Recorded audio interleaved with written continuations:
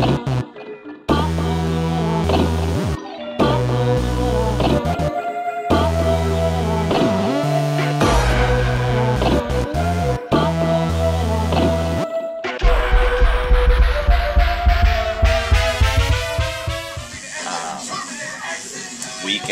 work my way up nights, afternoons, and I got mornings. It's my 10-year anniversary of mornings actually is on Saturday. Really? Yeah, 29th. Wow. No. Broadcasting or something? I went to a broadcasting school because I just wanted to get into it. Like I didn't want to do. I'm not like telling anyone not to go to college. I just wanted to get my foot in the door as fast as possible and work my way up. And so I went to a broadcasting school, and you know they wouldn't let me in unless I got an internship. You got to go like get credit. So I went to broadcasting school.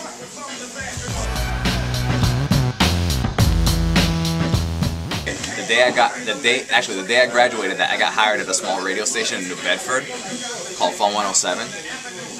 So I literally went to the ceremony, got my diploma, shook hands with the guy, turned around, walked out the door, drove down to New Bedford to train and stuff. I walked in at the station in New Bedford, and they were all like, "Why you all dressed up? This is for the radio, dude."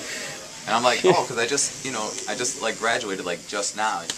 And they were harassing me. They were like, "Whatever, man, you want to look good for us, and I know you're on the radio, blah blah blah." And I was like, "What?" They were harassing me so much that I went out to my car, I got the certificate. I brought it in. I go, "Look at the fucking date. It's today." I was like, I literally just. And so I did one show at Fun, and my program director at JAMN heard it and put me on at JAMN. So I was doing both for a little bit. Really? And then I just started doing JAMN, yeah.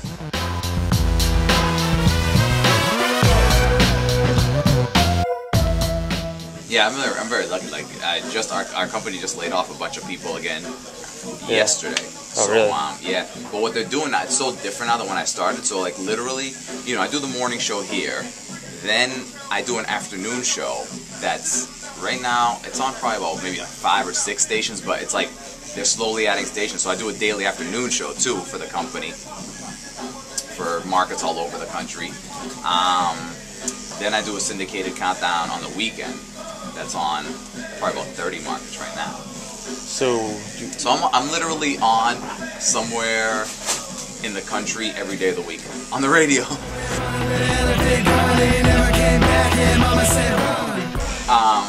Technically, no. I mean, it's. I guess you could say I get the weekends off, but not really. I mean, there's always something going on. Yeah. So, but yeah, it's like it's such a weird job. It's not like a job. It's like it's a lifestyle almost, you know. Mm-hmm. Like I go to bed between 7, 8 o'clock at night. I get up at 2:30 in the morning. I mean, you know, people say to me, they're like, "Oh, you want to go out to eat or something like that later on?"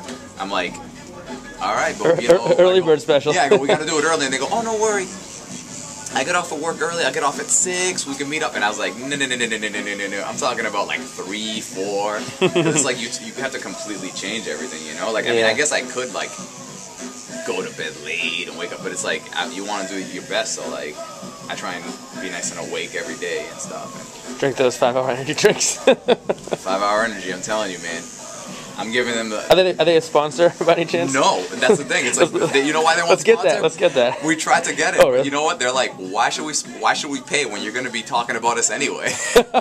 That's true. Seriously, I'd be the best sponsor. I'd be like one of those live testimonials. I'd be like, look, I'm not an actor. You know, you'll see like commercials and it's like, you know, actor portraying whatever. Yeah. It won't say that for me. I'm like, yo, I take this stuff every day. It wakes my ass up.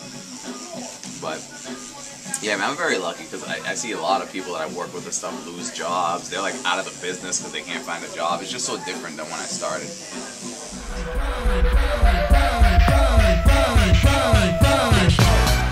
It's a big business, so it's like a lot of people are like, well, why don't you play new music, this and that, expose stuff? And it's like because they can't afford to not have it work. You know?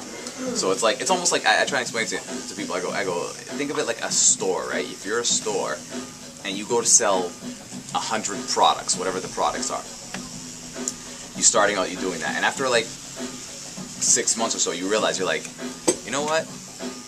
Like, 20 of these products are selling like crazy, and 80 are selling like sporadically.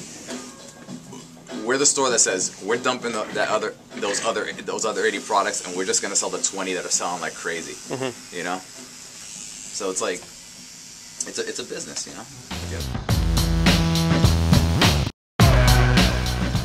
They make a lot of decisions that I might not necessarily agree with, but I can see stepping out of the box. Like, I might not agree with it. Like, even the afternoon stuff I do, I'm like, every time they add me onto another station, what that means is there's somebody out there losing a job.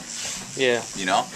And morally, it's like, it's hard to think about it that way, but it's like, business-wise, when you step outside, I'm like, it does make sense. You know, they're saving money. They're putting on a guy who's on a big city onto like smaller cities and stuff that don't have the resources that we have. And it's better for me career-wise. But yeah, morally, it's like when you think about it, you're like, man, I'm like the guy that everybody hates. Like, really, it's like you're either the asshole with the job or you're mad at the asshole with the job. Yeah. I'm the asshole with the job.